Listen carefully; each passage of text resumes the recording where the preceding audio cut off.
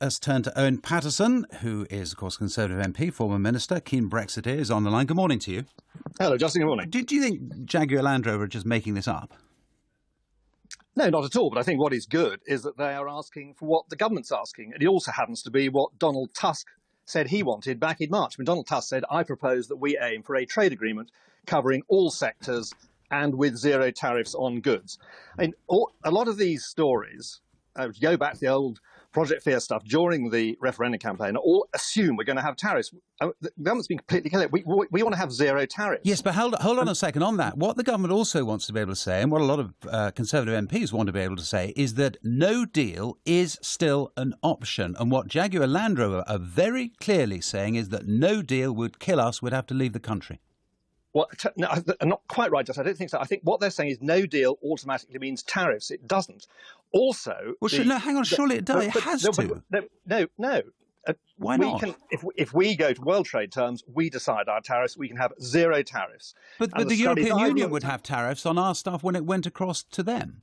Yep. If you look at studies of the car trade, it's robustly competitive and profitable at the moment, and that will continue because we've had a significant devaluation, which is a lot more than the tariffs anyway. But they would have significant friction. Sorry to interrupt, but it's such a crucial point, isn't it? It's the friction. It's never mind the amount of the tariff, the amount of fuss getting stuff to and from. And in a no-deal Brexit, that would have to be there, wouldn't it? No, that is illegal under WTO current terms. The latest WTO trade facilitation agreement insists that both sides must have a seamless, i.e. effectively computerized, as now for the rest of the world, procedures which are effectively costless. But you just cut me off the key point. The reason why it is very much in Jaguar Land Rover's interest, and they're massively important. I'm speaking to you from Shropshire. They're incredibly important. They're plants in the West Midlands, on the Merseyside, the huge number of suppliers. Everyone's incredibly proud of what Tata have achieved, turning them around. This enormous investment. Only 10 days ago, they agreed to put another 20 billion in, which I don't think you covered on your programme. But what is really vital is that they will be better off if the government delivers on what the Prime Minister promised me in the Commons yesterday. If we really do leave the customs duty, hang on, it's really important this. Jaguar Land Rover will have access to cheap parts and components all around the world, and the European suppliers currently will be forced to compete, or they will lose Jaguar Land Rover's business. And all the studies show the car trade is very robust at the moment. It is profitable, and that will continue. We heard from Sir Mike Rake earlier in the programme, the anti-Brexit campaigner, it's fair to say, isn't it? Former BT chairman. He says business hasn't been listened to. Is it being listened to now?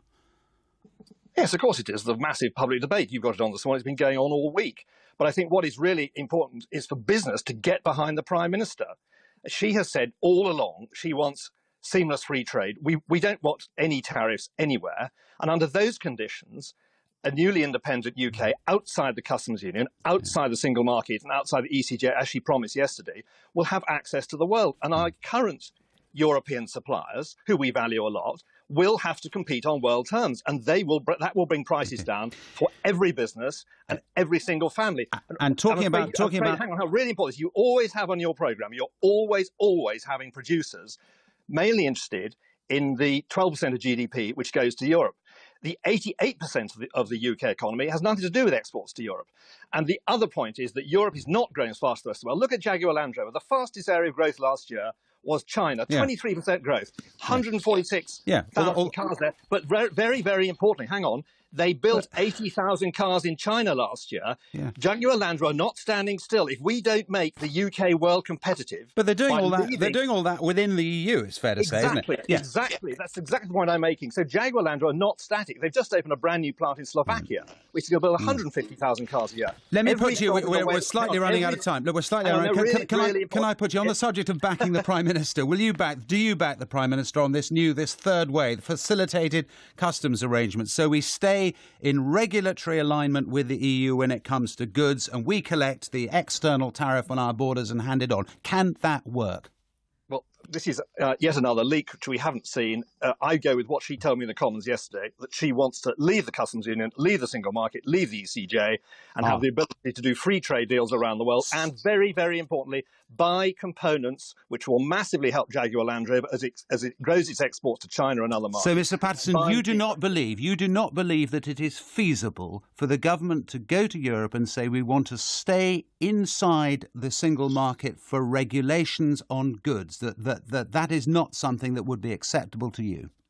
I don't think it's feasible for the government not to deliver the verdict of the referendum, which is endorsed by 85% of the votes of the Conservative and Labour parties in the general election, to leave the customs union, leave the single market and leave the ECJ, because that will put Jaguar Land Rover in a wonderful position to compete worldwide, because it'll be able to buy components cheaper around the world. It will drive down prices of its European suppliers. Owen Paterson, thank you.